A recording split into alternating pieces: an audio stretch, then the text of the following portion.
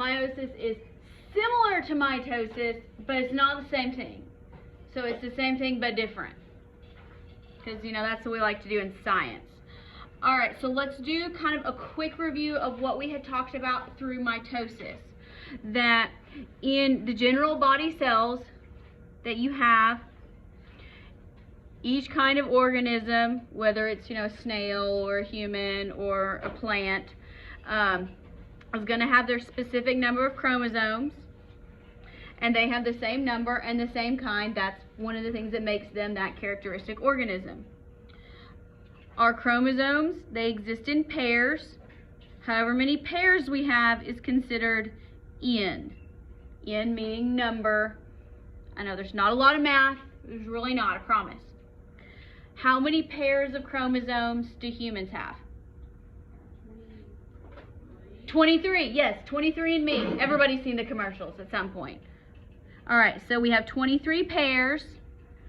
So how many individual chromosomes do we have? If we have 23 pairs, that means we have how many total? 46. Okay, good. So our somatic cells, that would be our body cells, are diploid, meaning they have 23 pairs. So 2 times 23 is 46 individual chromosomes. Now, how did we get each pair? One came from biological dad, one came from biological mom. These may or may not be the parents that raise the offspring, but biologically this is where they come from. So you have, these are called homologous chromosomes, so meaning you have one copy from dad, one copy from mom, and they code for the same things. So you get hair color from dad, hair color from mom. We'll see what happens. So they're going to code for the same traits. So that would be like hair color, eye color, height, maybe bone structure, shape of nose, those kinds of things. Things that you can really visually see. You can look at somebody and go, oh, anybody ever seen somebody be like, oh my gosh, they look just like their mom. Oh my gosh, that person looks just like their dad. That's what we're talking about here. Now, whether they look like mom or dad depends on, that gets into genetics, not covered in this class. So, the combination of the two sets determines what you see. So, what you see in the actual person, because we're talking about humans, is called the phenotype. That's the visual, actual presentation. So a single pair of chromosomes is very long, many different genes, codes for lots of different things. Now, that's what happens in the general body. How do we get to the general body cell, though? That's what we're talking about today. So we're going to talk about gametes. Gametes, sperm and egg specifically, also referred to as sex cells.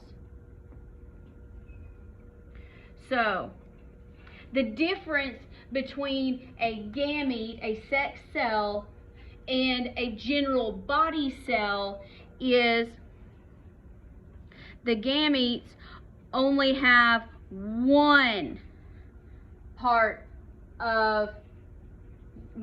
of the pair. So they have one chromosome instead of a pair. So they are single chromosomes. So instead of being instead of having 46 individual strands, there are only 23 individual strands in sperm and eggs.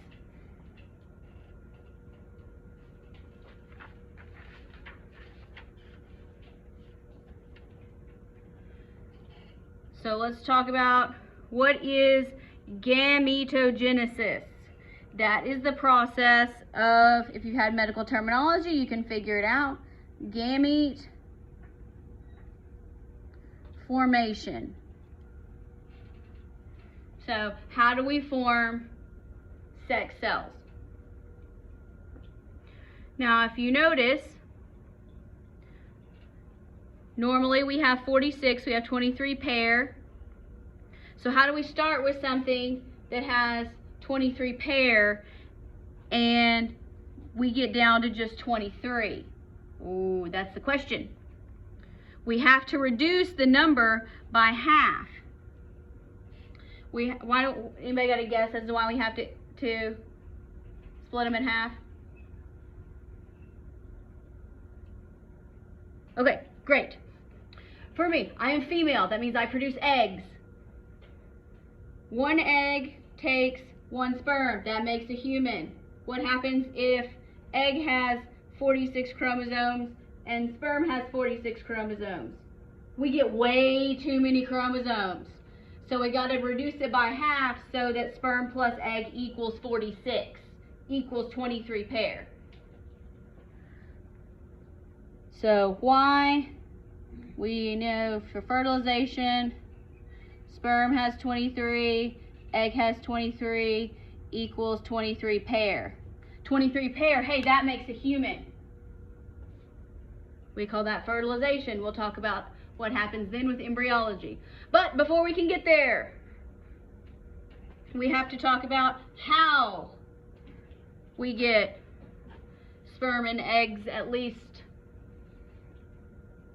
We'll call it generically, the process. So we get it through a process called meiosis, which sounds like mitosis, but it's different.